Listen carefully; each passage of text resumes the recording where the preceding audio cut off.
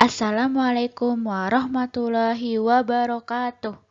Perkenalkan, nama saya Anggita Rizky Oktaviani dari Prodi Pendidikan Teknik Boga Universitas Negeri Yogyakarta Angkatan 2019, kelas D dengan NIM 195112440002.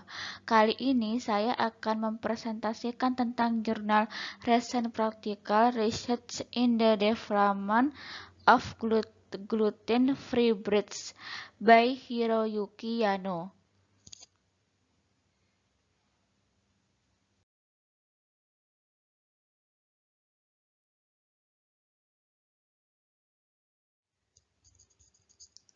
Di dalam PPT ini ada introduction, material and methods, result and discussion, and conclusion.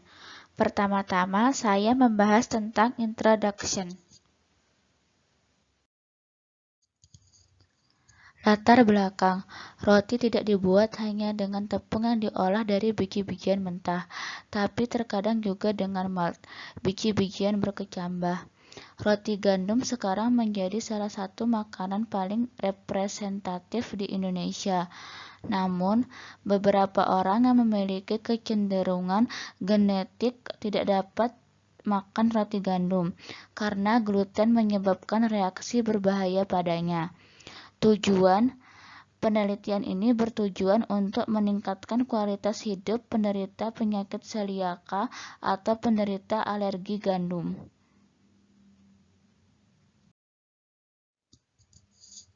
Yang kedua, material and methods.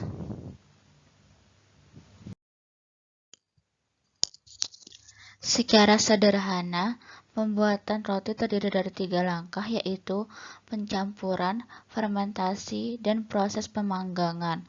Dalam pencampuran proses, tepung terigu, air, ragi, gula, garam, minyak, dan lainnya dicampur dan diremas.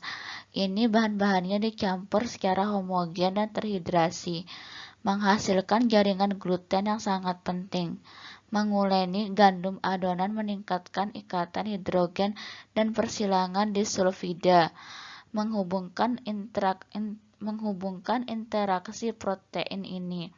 Akhirnya menghasilkan jaringan protein viskoelastik dan sangat konformasi, diistilahkan perekat. Ragi tumbuh cepat di dalam adonan, memakan kenyal gula mental sampai menghabiskan semua oksigen yang tersedia. Material ada tepung terigu, air, ragi, gula, garam, dan juga minyak. Yang ketiga ada result and discussion.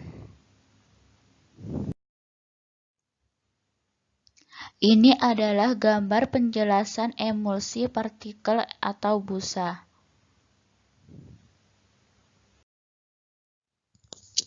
Ringkasan prosedur membuat roti beras bebas bahan tambahan dan tips memasak untuk setiap langkahnya.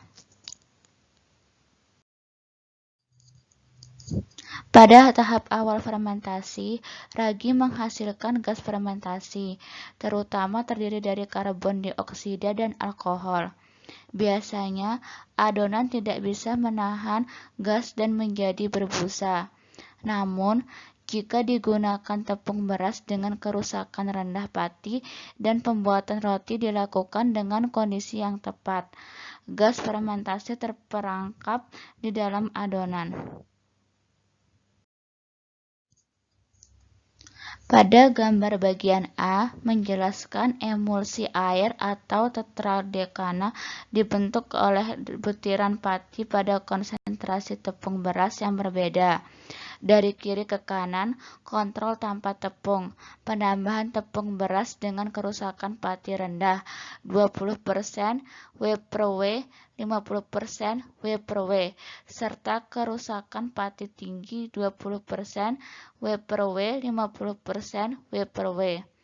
Pada gambar bagian B, Analisis mikroskopis optik dari emulsi tepung beras dengan kerusakan pati rendah LD dan tinggi HD.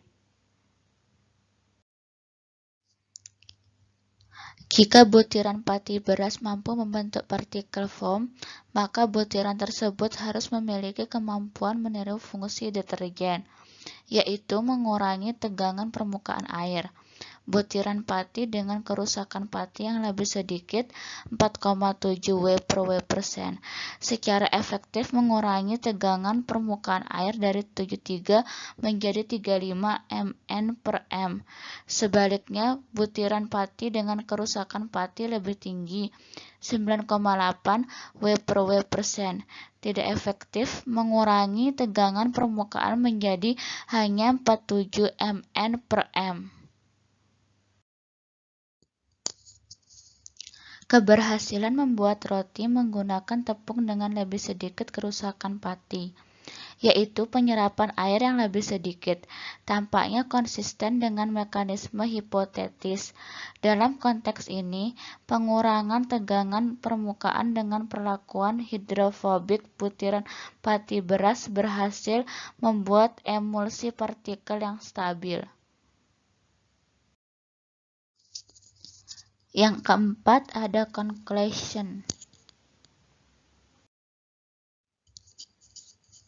Menyediakan bahan khusus, seperti tepung beras yang dijual bersama dengan bread maker, semoga membantu konsumen mengalami kesuksesan dalam membuat roti bebas gluten khusus di rumah. Memperbaiki mesin dengan menggabungkan sistem pemanas induksi IH